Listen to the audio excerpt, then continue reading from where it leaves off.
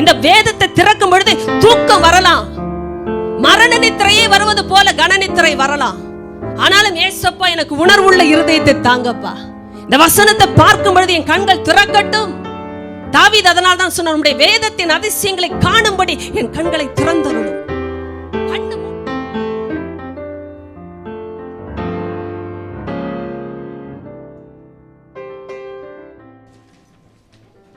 மத்தேயு 13வது அதிகாரம் 44வது வசனம். அன்றியும் பரலோக ராஜ்யம் நிலத்தில் புதைத்திருக்கிற பொக்கிஷத்துக்கு ஒப்பாயிருக்கிறது. அதை ஒரு மனுஷன் கண்டு மறைத்து அதை பற்றிய சந்தோஷத்தினாலே போய் தனக்கு உண்டான எல்லாவற்றையும் விற்று அந்த நிலத்தை கொள்ளுகிறான். பரலோக ராஜ்யம் ஒரு நிலத்தில் புதைத்திருக்கிற பொக்கிஷத்திற்கு ஒப்பாய் சொன்ன ஆண்டவர் இயேசு இந்த பொக்கிஷத்தை எப்படி ஒரு மனிதன் கண்டுபிடித்த பிறகு அதை மறைத்து அதை பற்றிய சந்தோஷத்தினாலே போய் தனக்கு உண்டான எல்லாவற்றையும் விற்று அதை கொண்டான் என்பதை இந்த ஒரு வார்த்தையிலே இயேசு ஓமையாக சொல்லி இருக்கிறார்.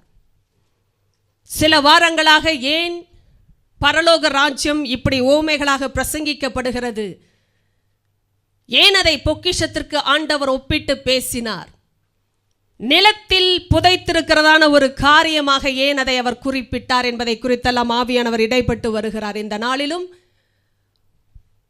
அந்த பொக்கிஷத்தை குறித்ததான மதிப்பை உணர்கிற ஒரு இருதயம் நமக்கு அவசியம் என்பதை குறித்து நான் பிரசங்கிக்க விரும்புகிறேன். பொக்கிஷத்தை குறித்ததான மதிப்பை உணர்கிற ஒரு இருதயம்.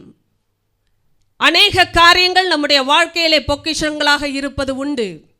ஆனால் இந்த காலை வேளையிலே ஆண்டவர் நம்முடைய இருதயத்திலே அந்த உணர்வை கொடுக்கும்படியாக நான் இயேசுவின் நாமத்தில் ஜெபிக்கிறேன். இந்த பொக்கிஷத்தை குறித்ததான ஒரு உணர்வு என்றால் அந்த பொக்கிஷத்தின் மதிப்பை குறித்ததான ஒரு உணர்வு. ஏனென்றால் பொக்கிஷம் என்பது உலகத்தில் பலவிதமாக கருதப்படுகிற இந்த நாட்களிலே பரலோக ராஜ்யம் ஒரு பொக்கிஷத்திற்கு ஒப்பிடப்பட்டிருக்கிறதை நாம் அறிய வேண்டும். இதை உணரத்தக்க ஒரு இருதயம் ஏன் அவசியமாய் இருக்கிறது? புதைத்திருந்த ஒரு காரியத்தை ஒரு மனுஷன் ஒரு நாள் கண்டான், அதுவும் நிலத்தில் புதைத்திருந்த பொக்கிஷம்.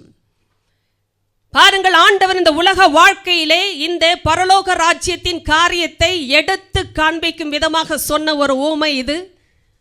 புதைக்கப்பட்ட நிலைமைகளிலே அவருடைய பரலோக ராஜ்யத்தின் ரகசியங்கள் இருந்தாலும் அவைகளை கண்டுபிடிக்கிற நிலைமையில் ஆண்டவர் வெளிப்படுத்துகிற உண்மையுள்ள தேவனாய் இருக்கிறார்.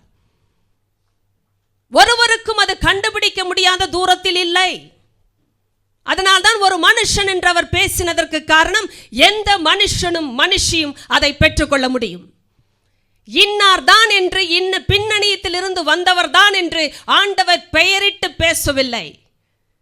கர்த்தர் குறிப்பிட்ட ஒரே ஒரு காரியம், ஒரு மனுஷன் எந்த பின்னணியமாக இருக்கலாம், எந்த மதத்தினராக இருக்கலாம், எந்த குடும்பத்தை சார்ந்தவராகவும் இருக்கலாம், படித்தவரோ படிக்காதவரோ, பலனுள்ளவரோ பலவீனரோ, ஆண்டவர் இயேசு கொடுக்கிற பரலோக ராஜ்யத்தின் மேன்மையை பெரும்படியே கர்த்தர் கிருபை செய்கிறார். இந்த ராஜ்யம் என்பது இந்த நிலத்தில் செயல்பட்ட ஒரு காரியம். நன்றாய் கவனிங்கள், இது நிலத்தில் புதைக்கப்பட்ட பொக்கிஷம். நிலம் என்பது உலக வாழ்க்கை. இந்த அதிகாரம் முழுவதும் 13ஆம் அதிகாரத்திலே பார்ப்போம் என்றால் எப்படி ஆண்டவர் விதைக்கிறவனுடைய ஓமையிலிருந்து ஒவ்வொன்றாய் பேசி இருக்கிறார் என்பதை நீங்கள் நேரம் எடுத்து வீட்டிலே தியானிக்க வேண்டும். இவைகளை இப்பொழுது பேச எனக்கு சமயம் இல்லை, ஏனென்றால் நாம் முக்கியமாக 44வது வசனத்தில் தான் இருக்கிறோம். ஆனால் இந்த அதிகாரம் முழுவதையும் நீங்கள் தியானித்தால் மட்டுமே உங்களுக்கு விளங்கும் இன்னும் விளக்கங்கள். ஏனென்றால் கர்த்தர் சில காரியங்களை இணைத்து பேசி இருக்கிறார். நிலத்தில் புதைக்கப்பட்ட இந்த பொக்கிஷம் ஒரு நாள் ஒரு மனுஷன் கண்டுபிடிக்கும்படியாக அனுமதிக்கப்பட்ட ஒரு பொக்கிஷமாய் இருக்கிறது. இவன் கண்ட உடனேயே அதை மறைத்து அதை பற்றிய சந்தோஷத்தினாலே போனானாம். கவனியுங்கள், கர்த்தர் ஒரு பொக்கிஷத்தை காட்டும் பொழுது அது பரலோகத்தின் விஷயமாக இங்கே பேசி இருக்கிறாரே நாம் அறிய வேண்டும். கர்த்தருக்குரிய காரியங்களை காணுவதற்கு முதலில் உணர்வு அவசியம். தேவ சமூகத்திற்கு வரும் பொழுது ஆயத்தம் இல்லாமல் ஆண்டவருடைய சமூகத்தில் இருந்து பெறக்கூடிய அந்த வார்த்தையை குறித்ததான சரியான நோக்கத்தோடு நாம் வரவில்லை என்றால் கவனங்கள் சிதறும். பிரியமானவர்களே, நீங்கள் எதற்காக வருகிறீர்கள் என்பது மிகவும் முக்கியம். தேவ சமூகத்திலே இந்த தேடுதல், நன்றாய் கவனிங்கள், குறிப்பிட்டு சொல்ல போகிறேன். இதற்குரிய மதிப்பு என்று ஒன்று உண்டு.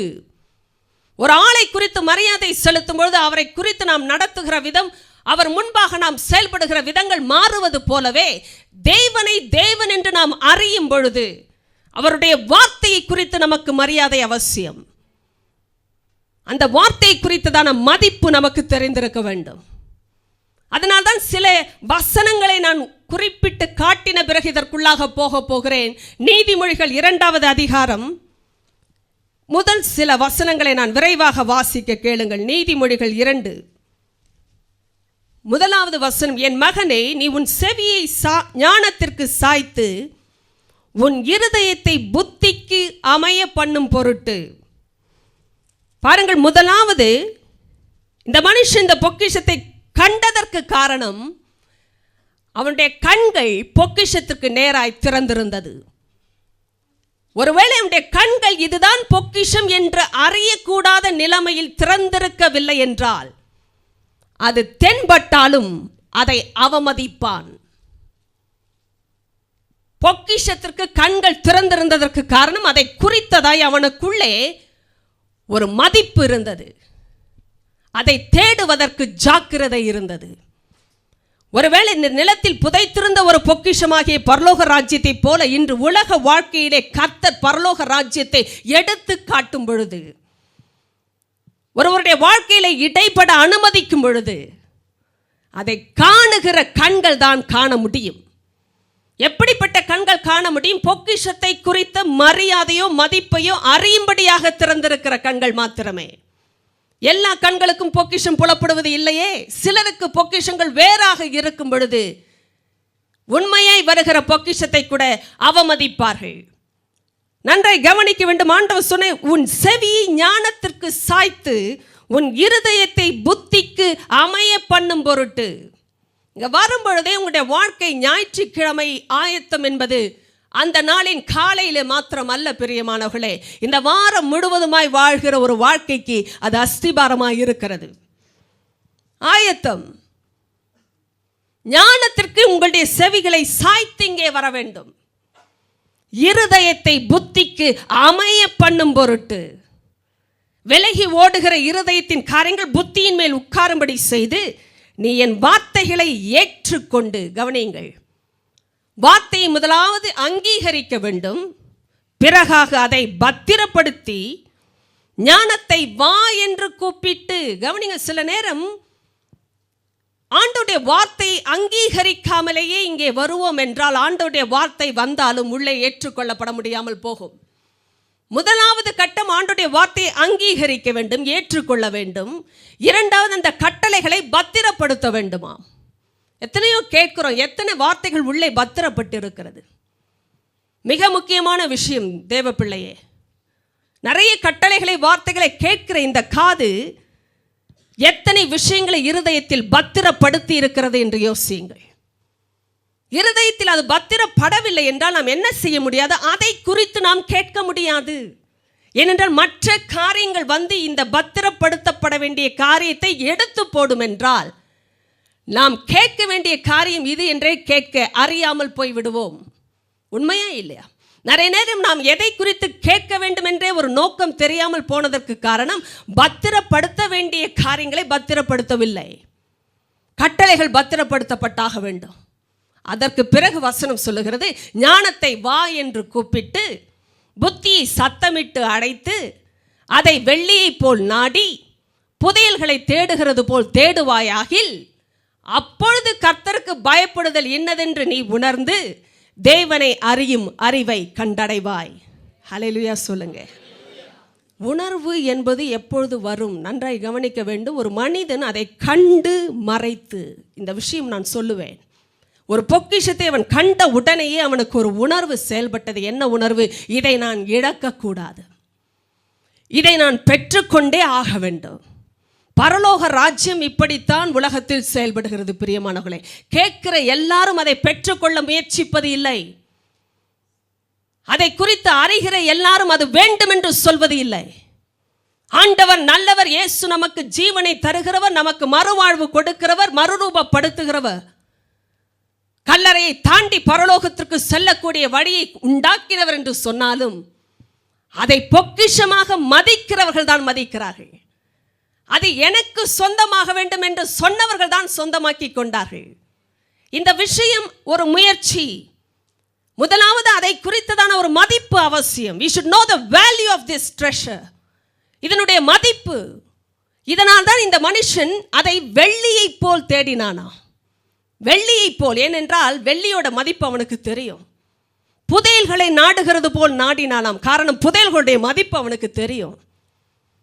இப்படி ஒரு வார்த்தையை நீங்களும் நானும் தேடும் பொழுதுதான் ஆண்டவர் சொல்லுகிறார், கவனிங்க, முதலாவது இதை தேடக்கூடிய அந்த கவனம், அந்த மதிப்பின் ஒரு நோக்கம் என்ன என்பதைத்தான் ஆண்டவர் சொல்லித் தருகிறார். அப்படி தேடினால் கர்த்தருக்கு பயப்படுதல் என்னதென்று நாம் உணர முடியுமா?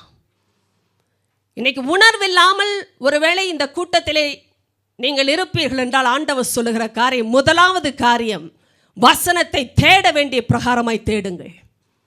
வசனத்தை சரியான விதத்தில் வையுங்கள். வாழ்க்கையில் எல்லாவற்றோடும் வைக்காதிருங்கள், எல்லாவற்றை போலவும் நடத்தாதிருங்கள். ஏனென்றால் வசனம் தேவனுடைய பொக்கிஷம். இது உலகத்தின் பொக்கிஷங்களை பார்க்கலும் விலையேற பெற்றது என்பதை நாம் அறிந்திருக்க வேண்டும். உலகத்தின் பொக்கிஷத்தையே ஒரு மனிதன் தேடும் பொழுது இருக்கிற தீவிரத்தை பாருங்கள், அந்த நோக்கத்தை பாருங்கள், அந்த கவனத்தை பாருங்கள். வெள்ளியை தேடும்போது ஒரு மனுஷன் எப்படி தேடுவான்? ஒரு புதையலை தேடும் பொழுது ஒரு மனுஷன் எப்படி தேடுவான்? காரணம், அது அவன் வாழ்க்கையில் மிகவும் விலையேற பெற்றது என்ற அறிவு இருக்கிறதே.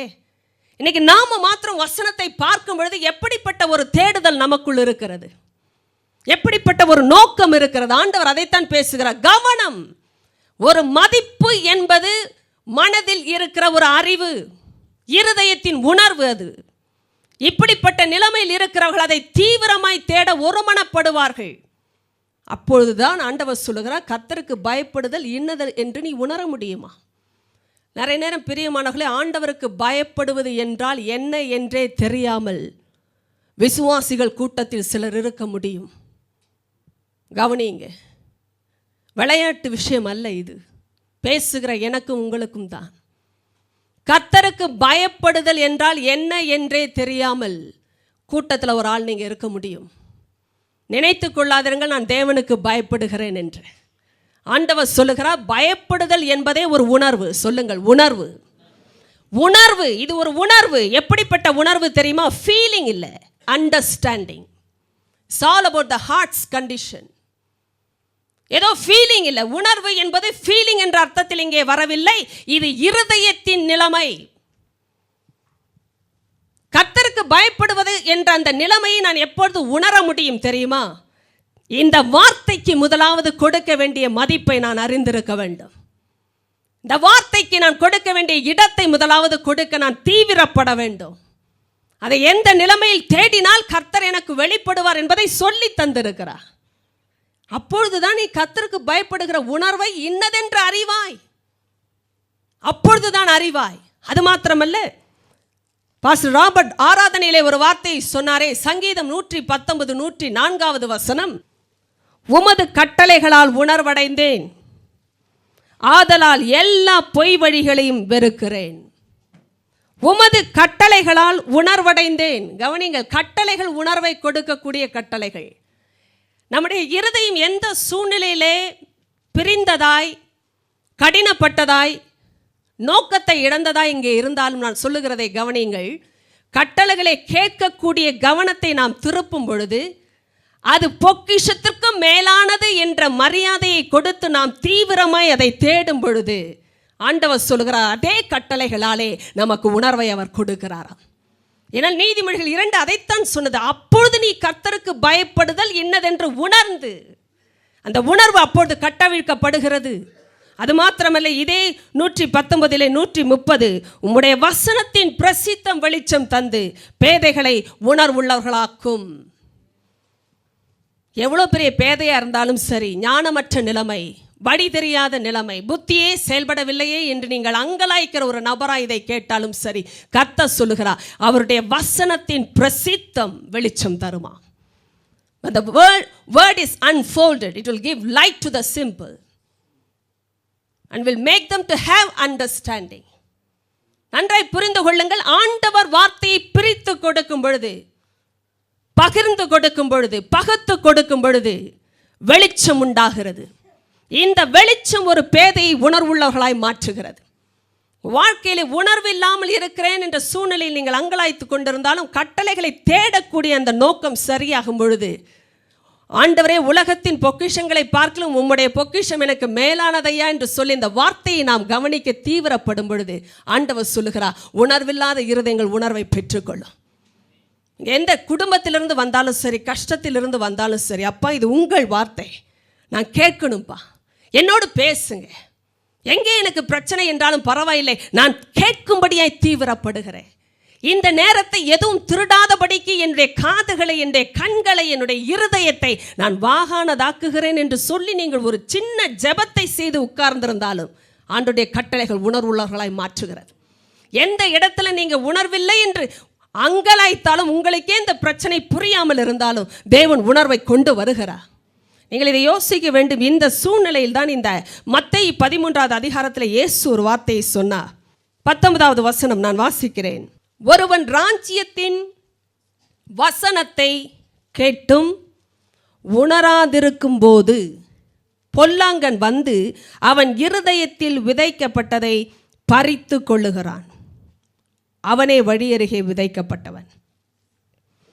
ஒரு மனிதன் ராஜ்யத்தின் வசனத்தை கேட்டும் கூட உணரவில்லையா? அப்படியெல்லாம் என்ன அர்த்தம் தெரியுமா? வசனம் பொக்கிஷமாக வந்தாலும் அதை பொக்கிஷம் என்று உணரவில்லை, அது வெளியேற பெற்றது என்று உணரவில்லை. ஆண்டவர் இன்று நம்மோடு அநேகரோடு பேசிக் கொண்டிருக்கிறார். விலையேற பெற்ற காரியங்கள் என்னதென்று ஒரு மனிதன் அறியவில்லை என்றால் உணர முடியாத நிலைமையில் தான் இருக்கிறார்கள் என்று அர்த்தம். பரலோக ராஜ்யம் நிலத்தில் புதைக்கப்பட்ட பொக்கிஷத்திற்கு ஊமையாக கர்த்தர் ஒப்பிட்டு பேசின பிறகு அதை ஒரு மனுஷன் கண்டு என்று சொன்னாரே, ஏன் தெரியுமா? அவன் உணர்கிற மனுஷனாயிருந்தான். அந்த விலையேற பெற்ற காரியம் தனக்குரியதாக மாற வேண்டும் என்று அவன் உணர்ந்தான். இன்றைக்கு ஆண்டவர் விதைக்கும் பொழுது வசனங்கள் விழுந்து கொண்டே இருக்கிறது. கவனிங்கள், இந்த கூட்டத்தில் விழுந்து கொண்டே இருக்கிறது. ஆனால் சிலருடைய இருதயங்களில் அது விதைக்கப்படும் பொழுது வேர்விட ஆரம்பிக்கிறது. ஆனால் சிலருடைய இதயங்களில் அது விதைக்கப்பட்டும் பட்சிக்கப்பட்டு போகிறதாம். கவனிங்கள், எல்லாருடைய இருதயத்திலும் விதைக்கப்படவே வசனம் கொடுக்கப்படுகிறது. கவனிங்கள், கர்த்தர் பேசும்பொழுது அந்த வசனம் ஒரு விதை விதைக்கப்படவே கொடுக்கப்படுகிறது, பட்சிக்கப்பட அல்ல. நீங்கள் யோசிக்க வேண்டும். பொல்லாங்கன் வந்து அதை பறித்து கொள்ளுகிறான். பிசாசு பறிக்கிற ஒரு விஷயம் நீங்களும் நானும் நினைக்கிறபடி மற்ற காரியங்களுக்கு முன்பாக அவன் பறிக்கிற ஒரு முக்கிய விஷயம் வசனம். வேலையை பறிப்பதற்கு முன்பாக வசனத்தை பறிப்பான். குடும்பத்தை பறிப்பதற்கு முன்பாக வசனத்தை பறிப்பான். வாழ்க்கையிலே சமாதானம், நிம்மதி, சந்தோஷம் எல்லாவற்றுக்கும் ஆதாரமே வசனம். இவைகளை பறிப்பதற்கு முன்பாக ஒன்று பறிக்கப்பட்டிருக்கும், அது வசனம். விதை பிசாசுக்கு விருப்பமான காரியம் அல்ல. பிசாசுக்கு விருப்பமானது விதை அல்ல, களை. அதனால்தான் ஆண்டவர் மனுஷகுமாரனாகிய இயேசுவை கொண்டு விதைக்கிற வசனங்களை அவன் பறித்து கொள்கிறவன் மாத்திரமல்ல, களைகளையும் விதைக்க அவன் தீவிரப்படுகிறான். காரணம், விதைகள் வளரக்கூடாது. விதைகள் விதைக்கப்பட்டாலும் பறித்து கொள்ளப்பட வேண்டும். இன்னைக்கு தீவிரமாக இன்னைக்கு உலகத்தில் பிசாசு செயல்படுகிறதுக்கு காரணம், விதைக்கப்பட்டால் அது பயிராய் மாறும் என்று அவனுக்கு தெரியும். எது விதைக்கப்பட்டால்?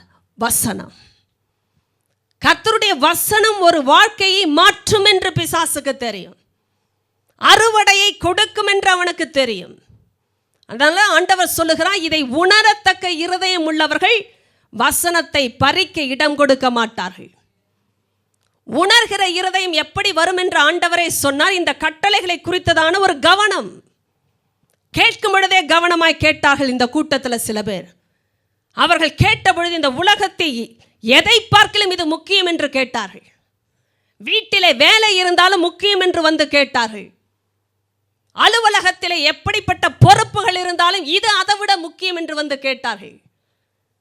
எவ்வளவு பெரிய செல்வம் இருந்தாலும் அது இந்த வார்த்தைக்கு ஈடாகாது என்று சொல்லி கேட்டார்கள். அதனால் அந்த இருதயங்கள் உணர்வுள்ளதாய் கேட்டுக்கொண்டிருந்தபடினாலே போட்ட வசனங்களை பிசாசு பறிக்க முடியவில்லை சிலருடைய இருதயத்திலே. ஆனால் சிலரோ விதைக்கப்பட்டதை பறித்து கொள்ளப்படும்படி இடம் கொடுத்தார்கள். கவனிங்க, ஒரு ஆளுடைய இருதயத்துக்குள்ள நான் ஆச்சரியப்படுகிறேன். அவன் இருதயத்தில் விதைக்கப்பட்டதை, சகோதர சகோதரி, என்னுடைய இருதயத்திற்கு நேராக கிரியை செய்யக்கூடிய வல்லமை ஆண்டவருடைய சத்தியத்திற்கு உண்டு. அவரை எதுவும் தடை செய்ய முடியாது. அவர் வல்லமையாக வார்த்தையை அனுப்பக்கூடியவர். ஏனென்றால் வார்த்தையில் ஜீவன் இருக்கிறது, அவருடைய அதிகாரம் இருக்கிறது. அது கடந்து வரும்பொழுது ஒரு மனுஷனுடைய இருதயத்தை ஊடுருவி அவனுடைய இருதயத்தை உறுதியாய் தொடக்கூடிய வல்லமை உடையது. ஆனால் விதைக்கப்பட்ட பிறகு சிலருடைய இருதயத்துக்குள்ள பொல்லாங்கன் வர முடிந்ததாம். காரணம் என்ன தெரியுமா? உணரவே இல்லை. வசனம் அவருடைய வாழ்க்கையில எவ்வளவு பெரிய காரியத்தை செய்யக்கூடியது என்று உணரவில்லை. கட்டளைகள் எப்படிப்பட்ட வெளிச்சத்தை கொடுக்கக்கூடியது என்று உணரவில்லை. அலட்சியம். நன்றாய் கவனிங்கள், வசனம் வந்தாலும் அலட்சியம் இருக்கிற வாழ்க்கையில கர்த்தர் கிரியை செய்ய முடியாது. கவனிங்க, வசனம் வந்து கொண்டே இருக்கும், ஆனால் அலட்சியம். என்ன அலட்சியம் தெரியுமா? எல்லாவற்றையும் போல இதையும் நினைப்பது. எல்லாவற்றையும் போல. கவனிங்க, பொக்கிஷத்தை யாரும் அப்படி நினைக்க மாட்டார்கள். தெருவில் இருக்கிற கற்களுக்கு ஒப்பாய் நினைக்க மாட்டார்கள். வழியில் இருக்கிற தூசுக்கு நிகராய் வைக்க மாட்டார்கள். காரணம் அது பொக்கிஷம். அதை தேடும் பொழுதே ஒரு மனுஷன் கவனமாய் தேடுவான். தன்னுடைய நேரத்தை ஒதுக்கி கவனத்தை வைத்து மற்ற அலுவல்களை தள்ளி வைத்து விட்டு தேடுவான். ஏன் தெரியுமா? அது புதையல்.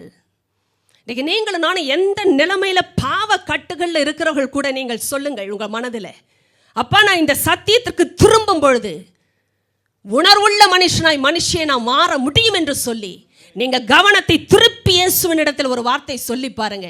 ஆண்டவர் உங்களுக்கு கிருபை தருவார். இந்த வேதத்தை திறக்கும் பொழுது தூக்கம் வரலாம், மரண நித்திரையே வருவது போல கனநித்திரை வரலாம். ஆனாலும் ஏசப்பா எனக்கு உணர்வுள்ள இருதயத்தை தாங்கப்பா, இந்த வசனத்தை பார்க்கும் பொழுது என் கண்கள் திறக்கட்டும். தாவீது அதனால் தான் சொன்னார், நம்முடைய வேதத்தின் அதிசயங்களை காணும்படி என் கண்களை திறந்தருளும். கண்ணு மூடன மாதிரி இருந்தாலும் திறங்கப்பான்னு சொல்லி கேட்டு பாருங்க. அப்பா இது புதையல். அதனால தான் அந்த கவனமும் மதிப்பும் ரொம்ப அவசியங்க. தேவனை தேடும் பொழுது ஒரு மரியாதை அவசியம். ஏனென்றால் அவருடைய வார்த்தை பொக்கிஷத்திலும் மேலானது. ஆண்டவரே இதில் புதையல் இருக்கிறதையா, இதிலே ஒரு ரகசியம் மறைந்திருக்கிறதையா, இது உலகத்தின் செல்வங்களை பார்க்கலும் மேலானதப்பா. நீங்க என்னோட பேசணும்னு ஒரு பாவி பேசினால் கூட கர்த்தர் உணர்வை கட்டவிழ்க்கிறார். ஏனென்றால் வந்திருந்த திரளான கூட்டங்களிலே அநேகம் பேர் இருந்தார்கள், அநேக விதமான மக்கள் இருந்தார்கள், பலவித கட்டுகளோடு வந்திருந்தார்கள், குழப்பங்களோடு வந்திருந்தார்கள், கேள்விகள் இருந்தது, அவங்க வீட்டில் பிரச்சனைகள் இருந்தது, பசி இருந்தது, வேலை திண்டாட்டம் இருந்தது, ப்ராப்பர்ட்டி இஷ்யூ இருந்தது. ஆனாலும் வசனத்தை கேட்க சில தீவிரப்பட்டார்கள். ஒவ்வொரு வார்த்தையும் கேட்கும்படியாய் கவனத்தை திருப்பின அந்த வாழ்க்கையிலே ஆண்டவர் விதைத்ததை பொல்லாங்கன் பறிக்கும்படி வந்தாலும் உள்ளே இடமில்லை. சில பேருடைய வாழ்க்கையில எவ்வளவு விதைக்கப்பட்டு கொண்டே இருந்தாலும் உணர்வில்லாமல் இருப்பது என்றால் என்ன அர்த்தம்? அந்த விதையை குறித்ததான கவனம் இல்லை. கவனிங்க, விதைக்கப்பட்ட ஒன்று வளரும். ஆனால் பிசாசு முதலாவது செய்கிற விஷயமே என்ன தெரியுமா? விதையையே பட்சிக்கிறான். எந்த அளவுக்கு அவனுக்கு அதிகாரம் கொடுக்கப்பட்டது இந்த வாழ்க்கையில் யோசித்து பாருங்கள். பொல்லாங்கன் அவருடைய இருதயத்துக்குள்ளே வந்து விதைக்கப்பட்டதை பறித்து கொண்டானாம். உங்கள் வாழ்க்கையிலே பொல்லாங்கன் இருதயத்துக்குள்ளேயே கடந்து வருகிறான். நன்றாய் கவனிங்க. அவனுடைய வாழ்க்கையிலே பிசாசு ஒரு நாள் அதிகாரத்தை எல்லார் வாழ்க்கையில எடுக்க முடியாது. ஆனால் சிலருடைய வாழ்க்கையில் அவன் எடுப்பதற்கு காரணம் உணராத இருதயம். கண்டு, பொக்கிஷத்தை கண்டு, ஒருவேளை கண்டும் காணவில்லை என்றால் என்ன ஆகியிருந்திருக்கும்? யோசித்து பாருங்க. கண்டும் அவன் காணவில்லை என்றால், கொஞ்சம் திங்க் பண்ணுங்க பிராக்டிகலா. ஒரு நிலத்துல ஒரு பொக்கிஷம் ஒரு மனுஷனுக்கு தெரிய வருகிறது, பார்த்து விட்டான். முதலாவது பார்க்கணுமே, பார்த்ததை அறியணுமே. ஒருவேளை அது பொக்கிஷமாகவே இருந்தாலும் அதை பார்க்க வேண்டிய கண்கள் அவனுக்கு திறந்திருக்கவில்லை என்றால் என்ன செய்திருப்பான்? அலட்சியப்படுத்தி அல்லவா? அலட்சியப்படுத்தி இருப்பான். இன்றைக்கு நீங்க பொக்கிஷத்தை பார்க்கும் பொழுதே ஒரு தீவிரம் ஏன் வருகிறது என்றால் அதுதான் என்று உங்களுக்கு தெரியும். இதை தோண்டும் பொழுது, இதை தேடும் பொழுது பொக்கிஷம் எனக்கு கிடைக்கும். கர்த்தர் அப்படிப்பட்ட காரியங்களை உங்களுக்கு எனக்கு வேதத்தில் வைத்திருக்கிறாருங்க. ஆண்டவர்கிட்ட அந்த உணர்வோடு நாம் கேட்கும் பொழுது ஆண்டவர் சொல்லுகிறார், அதை விதைக்கிறார். பொல்லாங்கன் பறிக்க இடம் இல்லை. ஆனால் உணராதிருக்கும் பொழுது, அப்படி என்றால் ஏனோ தானோ மனப்பான்மை, அலட்சியம். ஆண்டவரும் வேண்டும், உலகமும் வேண்டும். மதமோ சடங்குகளோ ஒரு மனுஷனை ரட்சிக்க முடியாது. கர்த்தர் நம்முடைய வாழ்க்கையில இது ஒரு மதத்தின் பின்பற்றுதலாக கொடுக்கவில்லை. இது ஒரு மனமாற்றம். இருதயத்தின் உணர்வு என்பது மனமாற்றத்தின் காரியம். நீங்கள் தேடும் பொழுது பரிசுத்த ஆவியானவர் பாருங்கள், உங்களுடைய இருதயத்தில் அந்த வசனத்தை விதைக்க ஆரம்பிக்கிறார். ஏனென்றால் நீங்கள் பொக்கிஷத்தை போல தேடுகிறீர்கள். பிரியமானவர்களே, நீங்கள் இந்த வசனத்தை தேடுறதுக்கு ஏனோ தானோ மனப்பான்மையோடு தேடுவீர்கள் என்றால் இந்த பொக்கிஷம் இருந்தாலும் கண்களுக்கு தெரியாமல் போகும். இது பொக்கிஷம் தானே, தெரியாமல் போகும். இந்த மனுஷன் கண்டான், ஏனென்றால் அவனுக்கு ஒரு உணர்வு இருந்தது, பொக்கிஷம் அல்லவா. ஆண்டவர் சொல்லுகிறார், விதைத்த பிறகு ஒரு பிசாசு வந்து பிடுங்கி கொண்டானாம். கவனிங்க, அவனுக்கு விருப்பமில்லாத ஒரு விஷயம் விதை. ஏனென்றால் விதை சும்மா இருக்காது, அது வளரும். வளர்ந்தால் சும்மா இருக்காது, அது கதிர்விடும். கதிர்விட்டால் சும்மா இருக்காது, அது அறுவடையாக முடியும். நீங்களும் நானும் நல்ல நிலைமையிலே பலனை பெறுவதற்கு வருவதுதான் விதை. அதை பட்சிக்க கொடுப்பது நம்முடைய அலட்சிய மனப்பான்மை.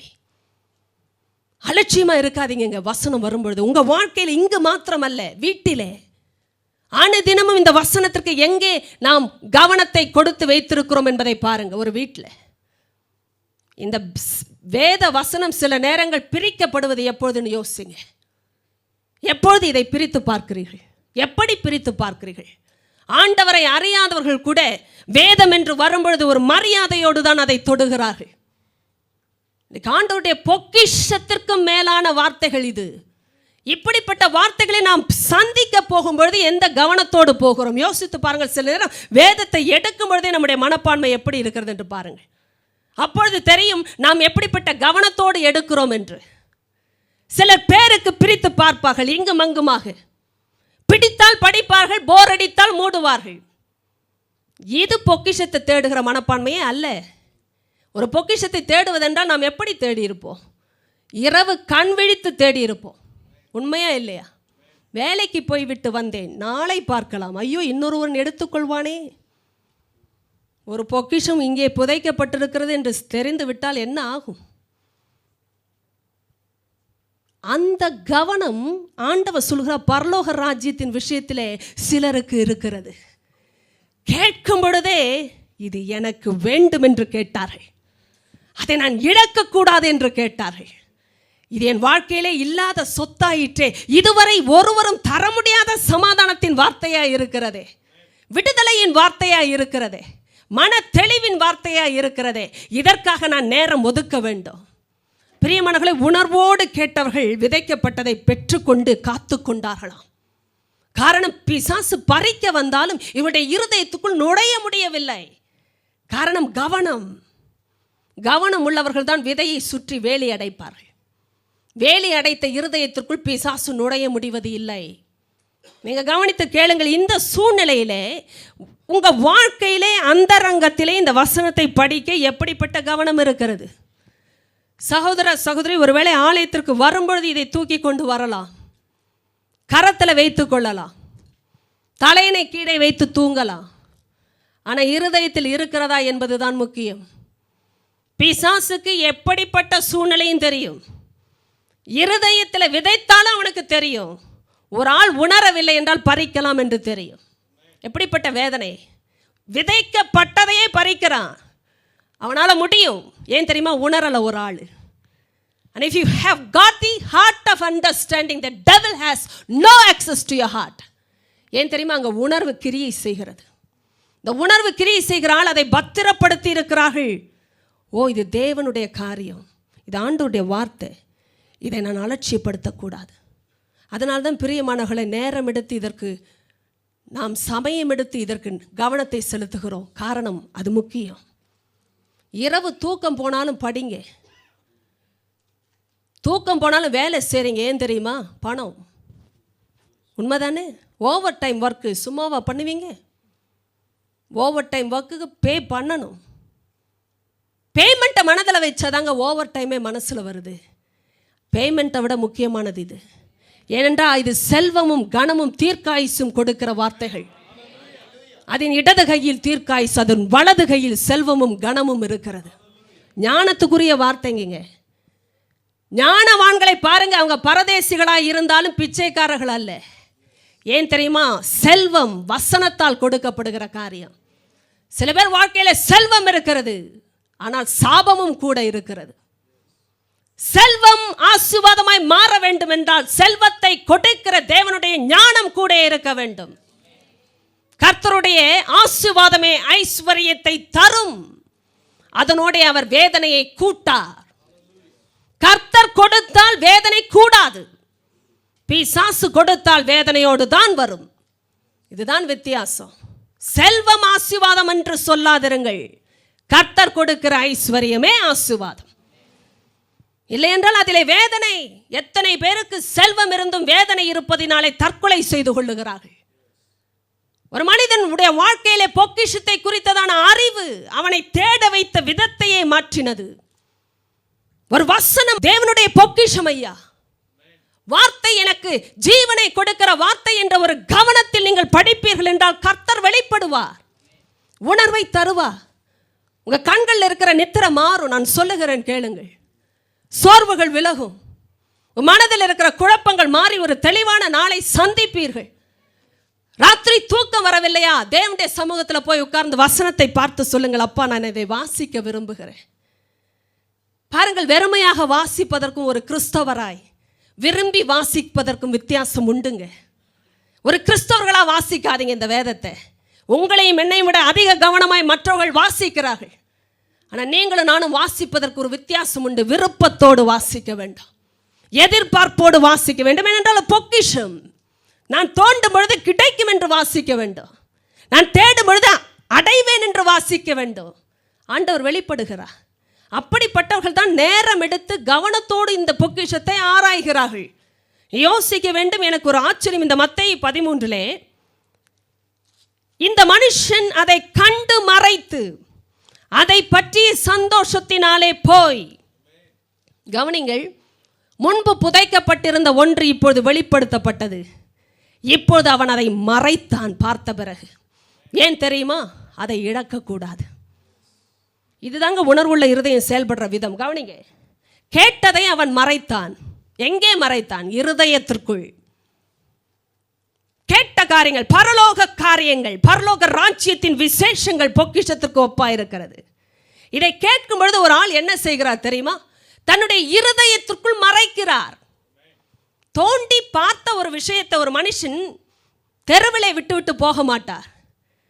கவனிங்க, இங்கிருந்து போகும்பொழுது தெருவில் உங்கள் வாழ்க்கையில் விதைக்கப்பட்ட வசனம் விழுந்தது என்றால் நீங்கள் பொக்கிஷத்தை கவனமாக மறைக்கவில்லை என்ற அர்த்தம்.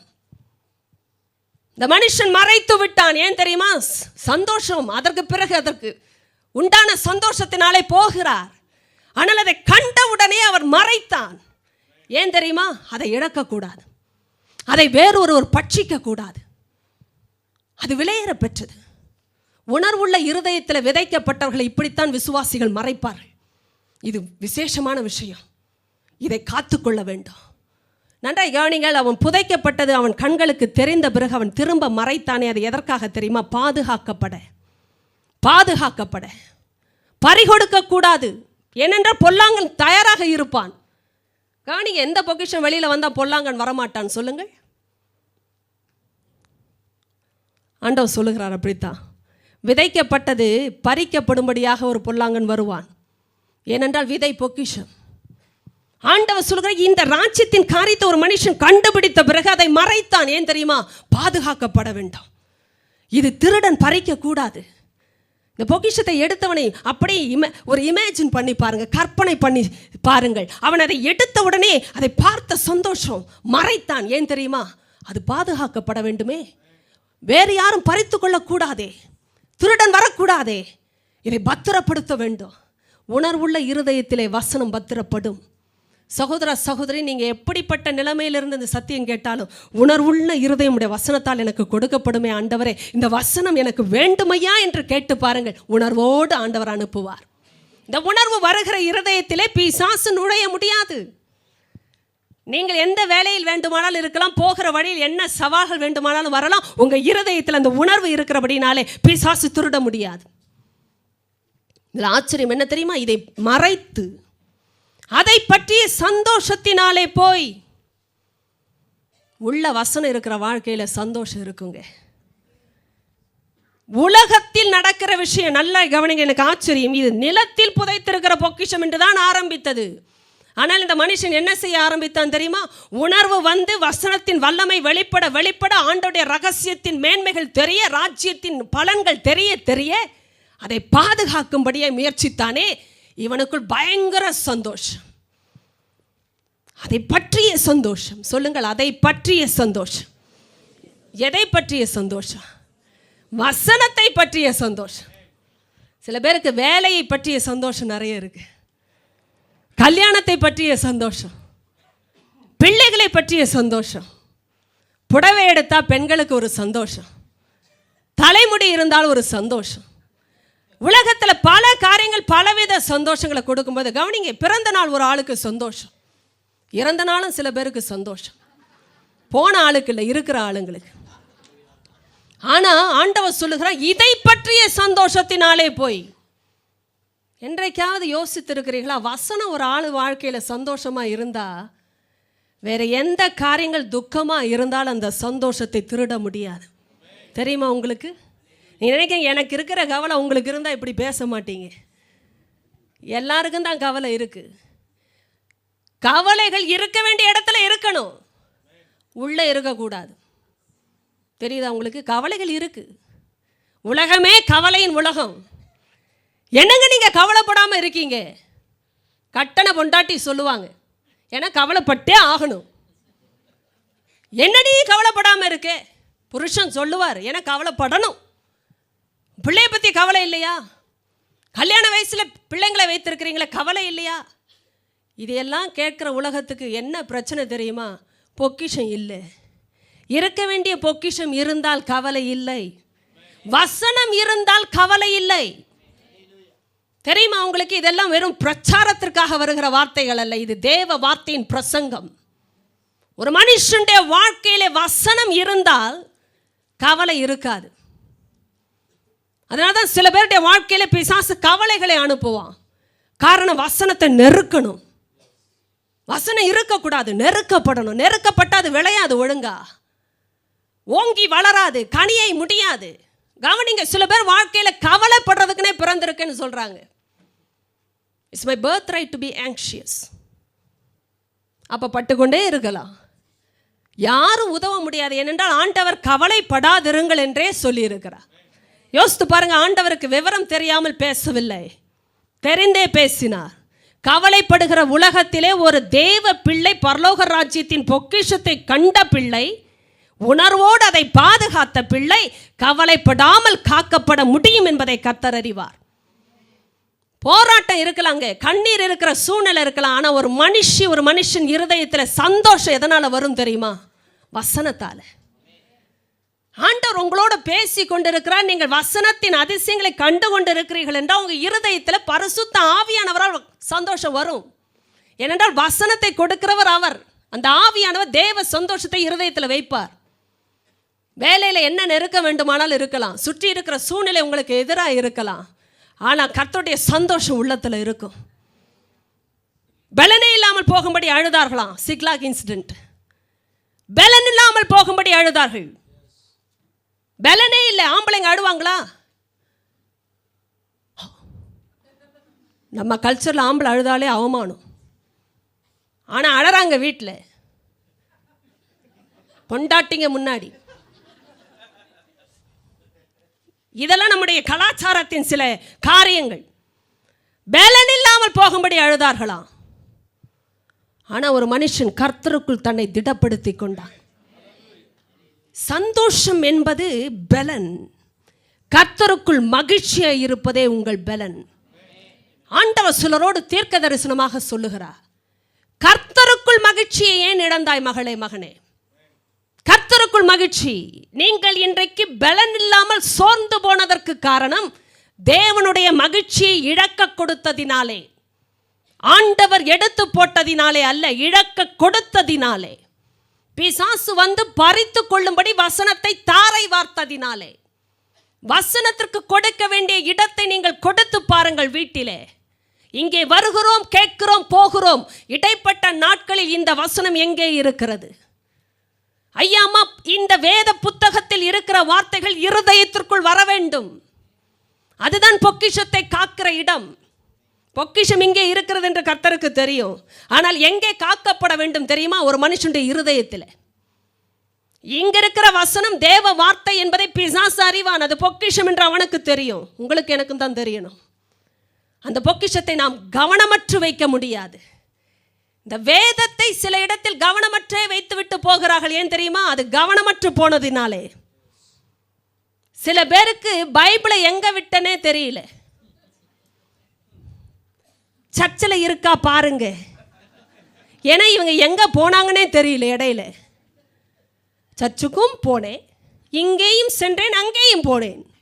எங்கே போனது என்றே வேதம் தெரியவில்லை சிலருக்கு. காரணம் கவனம் இல்லை. எத்தனை பேர் விட்டு விட்டு போன வேதத்தையே தேடி வரவில்லை. காரணம் விட்டதே தெரியவில்லை. என்ன கொடுமை! விட்டு விட்டு போன வேதங்கள் தென்படவே இல்லை அவர்களுக்கு. காரணம் விட்டதே தெரியாமல் போய்விட்டது. ஒன்று போனால் இன்னொன்று. கடையில் வாங்கலாம், இருதயத்தில் அப்படி வாங்க முடியாது. கடையில் காசு கொடுத்தா வேதம் கிடைக்கும், இருதயத்தில் அப்படி யாரும் உள்ள வைக்க முடியாது. நீங்கள் ஒத்துழைத்தால் மட்டும்தான் நடக்கும்.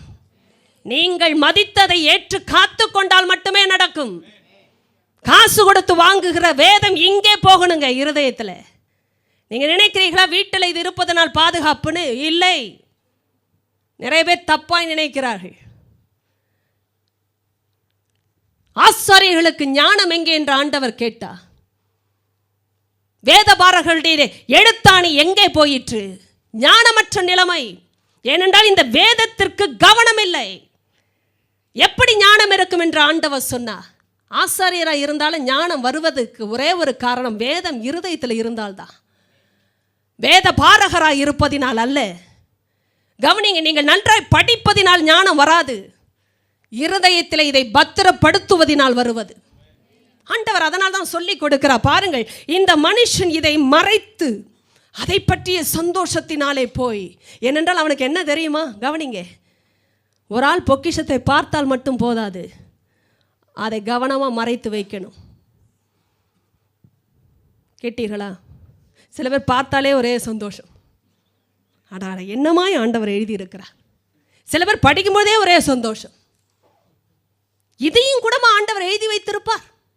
இங்கே கேட்கும் போதே சிலருக்கு சந்தோஷம். அன்றா கவனிங்க, இது மாதிரி ஒரு கூட்டம் இருந்தது. கேட்ட உடனே வசனத்தை சந்தோஷமாக ஏற்றுக்கொண்டார்கள். இந்த கூட்டம் ஒரு சந்தோஷம். என்ன சந்தோஷம் தெரியுமா? கேட்கும் போதே சந்தோஷம். இப்படியும் வசனம் உண்டு. ஆனால் இந்த ஆட்கள் பார்த்தீங்கன்னா அதற்கு பிறகு அடுத்த சண்டே தான் வருவாங்க.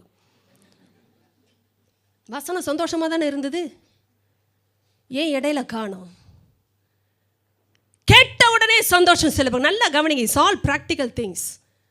சில நேரம் வேர்டை கேட்கும் போதே சந்தோஷம் இருக்கும். ஏன் தெரியுமா? அது ஆண்டோடைய வார்த்தை. பொக்கிஷத்தை பார்த்தா யார் சிரிக்க மாட்டீங்க சொல்லுங்க? சில பேர் பைத்தியம் பிடிச்சே சிரிப்பாங்க. நான் அந்த சிரிப்பை சொல்லலை, மனதின் சந்தோஷத்தினால். ஆஹா, பொக்கிஷம் ஆயிற்றே, அந்த சந்தோஷம் யாருக்கு வராமல் இருக்கும்? பொக்கிஷத்தை பார்த்தால் வரத்தான் செய்யும். இதுவரை இல்லாத ஒரு சத்தியத்தின் வெளிப்பாட்டை பார்க்கும்போது ஒரு சந்தோஷம். ஓ, கர்த்தர் இப்படியும் பேசி நம்முடைய வாழ்க்கையில் ஒரு விடுதலை தர வார்த்தையை வைத்திருக்கிறாரா? சந்தோஷம். கேட்கும்போதே ஒரு கூட்டம் சந்தோஷமாய் கேட்டுக்கொண்டார்கள். ஆனால் வசனத்தின் நிமித்தம் உபத்திரவமும் துன்பமும் வந்தவுடனே இடரல் அடைந்தார்கள். இந்த வசனத்துக்காகவே பிரச்சனை வந்து விட்ட உடனே என்ன செஞ்சிச்சா, வசனமே ஆட்டம் கண்டு விட்டது. நான் கேட்குறேன், கையில் ஒரு தங்கமோ வெள்ளியோ பண ரொக்கமோ இருந்தால் திருடன் ஏன் வராமல் இருப்பான்? வரத்தான் செய்வான். ஆனால் வந்ததற்காக பணம் வேண்டாம் என்று எத்தனை பேர் சொல்வார்கள்? இன்றும் உலகத்தில் திருடர்கள் இருக்கிறார்கள். பணம் வேண்டாம் என்று சொல்லி இருக்கிறார்களா? எது முக்கியம்? கவனிங்க, நம்முடைய வாழ்க்கையில பெற்றுக்கொண்டதை காத்துக்கொள்ள வைராக்கியப்படுவதற்கு காரணம் பெற்ற விஷயம் விலையேற பெற்றது அல்லவா? திருடன் வராதபடி நான் காக்க வேண்டும். இன்னைக்கு ஆண்டவர் சொல்லுகிறார், சில பேர் பெற்றுக்கொண்ட உடனே சந்தோஷம், ஆனால் துன்பமும் உபத்திரமும் வசனத்தின் நிமித்தம் வந்ததாம். கவனிங்க, இந்த வசனத்திற்காக சில துன்பப்படுகிற நேரம் வரும் பொழுது இடரல் அடைந்தார்களாம். அப்படின்னா என்ன அர்த்தம்? வசனத்திற்காக கஷ்டம் வந்தால் தாங்காது, வசனத்தை கேட்டால் சந்தோஷம், ஆனால் வசனத்திற்காக இவர்கள் எதையும் அனுமதிக்க மாட்டார்கள். கவனிங்க, சில நேரம் வசனத்திற்காக துன்பம் வரும். பரிசுத்தமாக இருக்க வேண்டும் என்று நினைக்கிறவங்களுக்கு பிரச்சனை வரும். பை சொல்லாமல் இருக்கணும் தீர்மானம் பண்றவங்களுக்கு பிரச்சனை வரும். திருமண உறவுக்காக ஆண்டவருடைய சமூகத்தில் பரிசுத்தமாய் காத்துக்கொண்டு ஜெபிக்கிறவங்களுக்கு பிரச்சனை வரும். தவறாய் வியாபாரம் செய்யாமல் இருக்க வேண்டும், கள்ள தராசை பயன்படுத்தாமல் ஜீவிக்க வேண்டும் என்று சொல்லும்போது வறுமை வரும், கடன் பிரச்சனை வரும். கல்யாணத்துக்காக உண்மையை தேவ சமூகத்தில் காத்திருந்து பரிசுத்தமாய் ஜீவிக்கிறவங்களுக்கு கல்யாணம் தாமதமாகும். ஆனா வசனத்தின் நிமித்தம் நிற்கிற ஒரு பிள்ளை துன்பமும் உபத்திரமும் வரும்பொழுது இடரல் அடையாமல் நின்றதுக்கு காரணம் என்ன தெரியுமா? இந்த வசனத்தினால வந்த வாழ்க்கையை, சந்தோஷத்தை கூறு போட முடியாது, கூறு போட முடியாது. எப்படி அதை விற்று போட முடியும்? என்னடா, இந்த வசனம் என் வாழ்க்கையில விலையேற பெற்ற சொத்து அல்லவா? எத்தனை பேர் சொத்துக்காக தங்களுடைய ஜீவனை இழந்தார்கள்? பாக பிரிவினைகள், ப்ராப்பர்ட்டி ப்ராப்ளம்ஸ், இதுக்காகவே ஜீவனை விட்டவங்க உலகத்தில் எத்தனை பேர்? ஆனால் ஆண்டவருடைய வசனம் என்று வரும்பொழுது சில வசனத்தை கூட விற்று போடுகிறார்கள். ஆனால் ப்ராப்பர்ட்டி வேணும். நல்லா கவனிங்க, உங்கள் வாழ்க்கையில் எது பொக்கிஷம் என்று எனக்கு தெரியாது, ஆனால் கர்த்தருக்கு நம்முடைய வாழ்க்கையின் எல்லா காரியமும் தெரியும். ஒரு விஷயம் நம்ம வாழ்க்கையில் விலையேற பெற்றதுன்னா அது நிமித்தம் உபத்திரம் வந்தாலும் பரவாயில்லப்பா, எனக்கு வசனம் தான் முக்கியம். என்ன கஷ்டம் வேணாலும் உலகத்தில் வரட்டும், கர்த்தருடைய வார்த்தை என் வாழ்க்கைக்கு இருக்கணும், அது என் இருதயத்தில் இருக்கணும். இப்படிப்பட்டவர்கள் தான் இடரல் அடையாமல் பலன் அடைகிறார்கள்.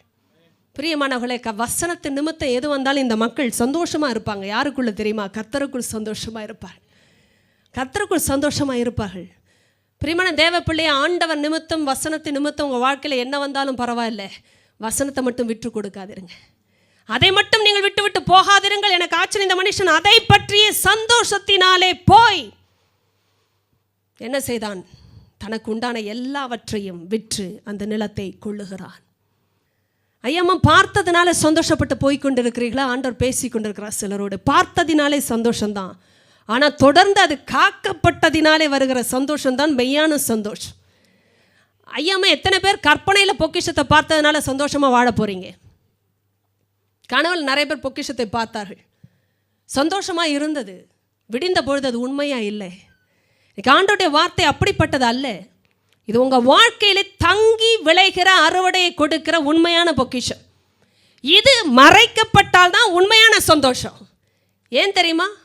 பேங்க்ல பேலன்ஸ் இல்லாமல் போகலாம், சரீரத்தில் பலன் இல்லாமல் போகலாம், வாழ்க்கையில் எதிர்காலமே தெரியாதது போல் தெரியலாம். ஆனால் உங்களுக்கு ஒன்று தெரியும், உள்ள பொக்கிஷம் பத்திரமா இருக்கு. பத்திரமா இருக்கிற பொக்கிஷத்தினால ஒரு ஆளுடைய வாழ்க்கையில் சந்தோஷமும் பத்திரமா இருக்கும். இவன் போன இடமெல்லாம் சந்தோஷம். ஏன் தெரியுமா? இவன் மனதில் எல்லாம் அந்த சந்தோஷம் நிறைவாக இருந்ததற்கு காரணம் பத்திரமா இருக்க அவன் பொக்கிஷம். பார்த்தேன், ஆனால் பத்திரப்படுத்தி விட்டேன். உங்கள் வாழ்க்கையில் தினமும் இந்த வார்த்தையை பத்திரப்படுத்துகிற இருதயத்தில் ஆண்டவர் சந்தோஷத்தை பத்திரப்படுத்துகிறார். சகோதர சகோதரி, வீட்டில் இந்த வேதம் எங்கே பத்திரப்பட்டு இருக்கிறது என்று எனக்கு தெரியாது. சில பேர் அலமாராக்களில் வைத்திருக்கிறார்கள், சில பேர் பத்திரமாக இதை பூட்டி வைத்திருக்கிறார்கள். ஆனால் உங்கள் இருதயம் பத்திரமாக்கப்பட வேண்டும் என்றால் வசனம் உள்ளே இருக்க வேண்டும். இது இருக்கிற இடத்துல சந்தோஷமும் பத்திரப்பட்டு இருக்கும்.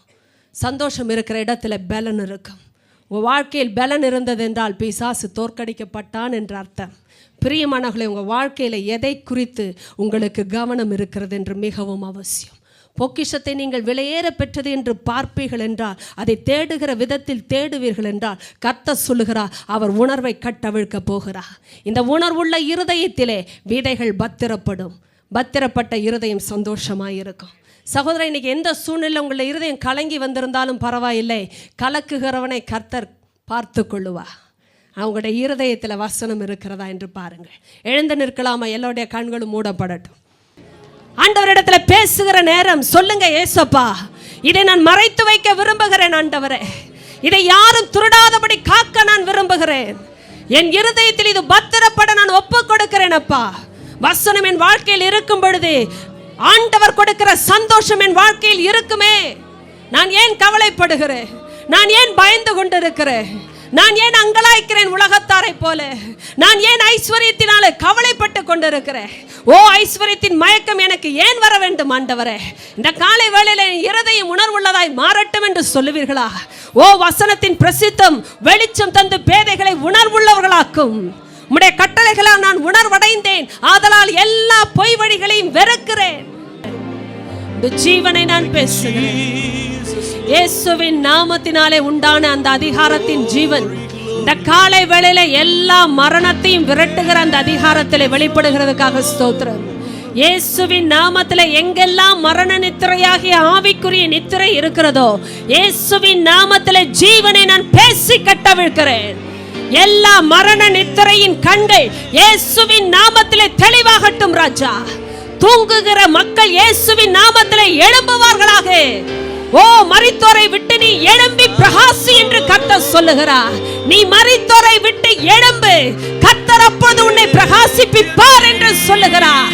நீ மரித்தோரை விட்டு எழும்புகிற காலம் வந்திருக்கிறது. சகோதரா, சகோதரி, எழும்பு. இயேசுவின் நாமத்தில் அந்த அதிகாரத்தை நான் பேசுகிறேன் ஜனங்கள் மேலே. மரண நித்திரையின் கண்கள் இயேசுவின் நாமத்திலே தெளிவாகட்டும். இப்பொழுதே அவர்களை கட்டி இருக்கிற கட்டுகள் இயேசுவின் நாமத்திலே உடைவதாக என்று நான் பேசுகிறேன். அப்பா, உணர்வுள்ள இருதயத்தை கட்டவிழ்ங்கப்பா. ஜெபிக்கிற ஒவ்வொரு பிள்ளையின் மேல நான் பேசுகிறேன், உணர்வுள்ள இருதயத்தை கட்டவிழ்ங்கப்பா. சிறிய ஆலயத்தில் இருக்கிற பிள்ளைகள் மேல் பேசுகிறேன், உணர்வை கட்டவிழ்ங்க ஆண்டவரே.